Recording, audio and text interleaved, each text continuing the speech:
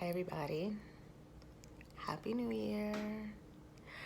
I didn't want to let this day go by without giving you guys a video, especially since I took a little break given everything that was going on with all of the energies over the past few weeks.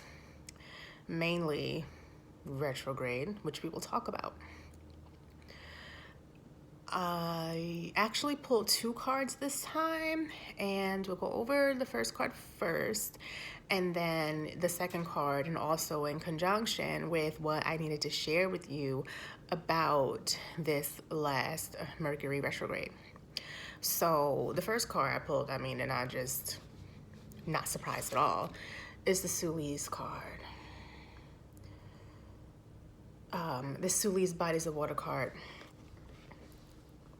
This is basically the run-of-the-mill, hey, take care of yourself. Recharge your batteries, rejuvenate. It was just New Year's Eve. Before that, there were all these other holidays. You may have been ripping, running, eating more than you usually do, maybe drinking more, not sticking to your appointed health routines. Maybe there are health routines you need to pick up that you've been delaying. This card is asking you to recharge, purify. So, like I always tell you, take your salt bath, get your rest, hydrate, drink your water, and just come down from a lot of the high energy and the rushing around that the holiday may have brought for you. You know, it's always wonderful when we get an opportunity to give and be around a lot of our loved ones and travel and all of these things, but it does do, some wear and tear on our bodies. And, of course, it's all in festivity and love. But, now that it's probably back to business for a lot of us, just take the break. Go on a vacation that you didn't go on. Take a vacation from the holidays. Go somewhere warm soon if you are able. Just do what you can to kind of just rest, relax, purify, rejuvenate. Don't forget about that. You've got to take care of yourself. I think I might be coming down with a little something from, same deal, what I just told you about. So I've got my tea with me and, of course, drinking my water. So this is for me as well. Okay. Now, the next card is the Lakshmi Bright Future card.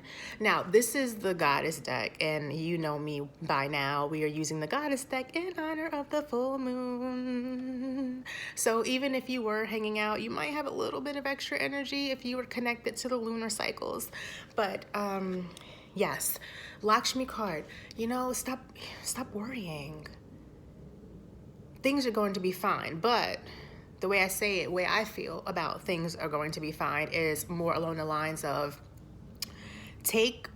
reduce the worry and try to transform that into actions to get you to where you need to be.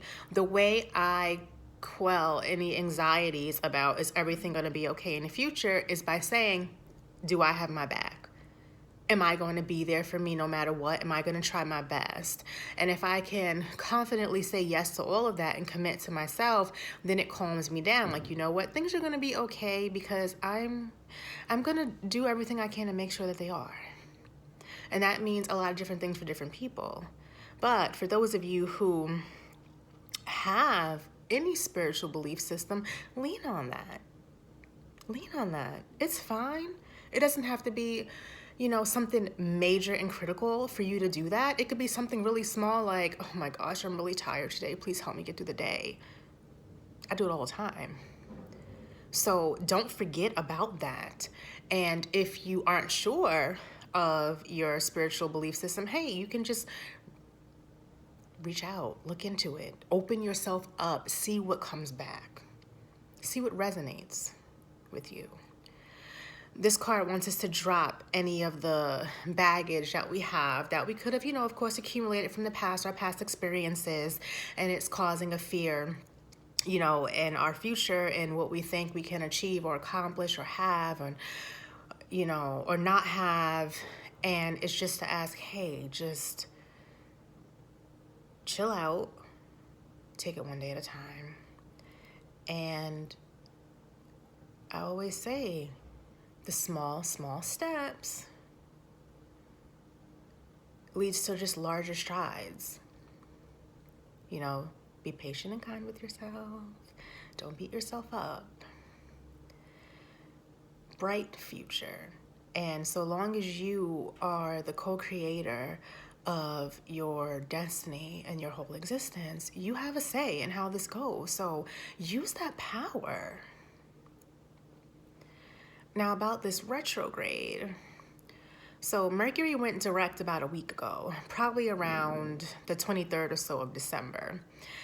So a lot of you probably had come to some sort of idea or a little more clarity, or the smoke thinned out a little bit around things in your life that were just unclear to you. And you may, and on top of that, you may have received a little bit of the courage to push through for what it is that you really want once you started getting this clarity. And, you know, we think of retrograde as like, oh my gosh, it's retrograde, everything's gonna fall apart. And, you know, that type of stuff could happen.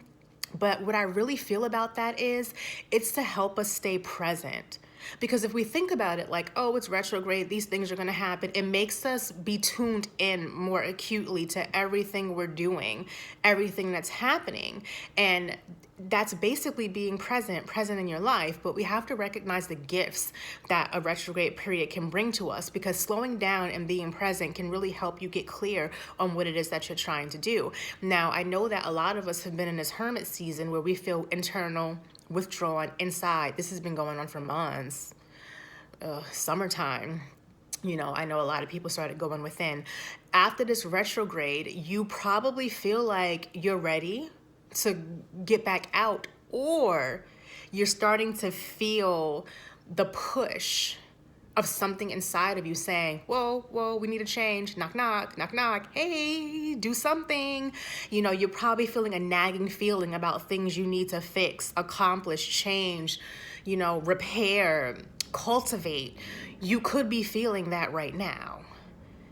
And for those of you who skipped out on certain levels of inner work during hermit season to do other things, maybe you weren't ready to do the work, maybe you got scared, it hurt too much, etc. Whatever the reason is, please know that you are going to be pushed and forced to do the work at some point. So it's probably better to surrender instead of going against the grain with this. Now, with your newfound clarity, although retrograde did go, Mercury went direct, and retrograde is sort of over, but not really, because it's in the shadow period until about January 10th. So although you may have come to some clarity, you still might want to just tie up any loose ends, make any final thoughts, get a little more certain. You don't have to jump into anything soon, but know that, soon you probably will feel more of a courage to move forward in whatever it is that has come to you. This is certainly the time to prepare to go for exactly what you want. Lay your stake in the ground, push forward.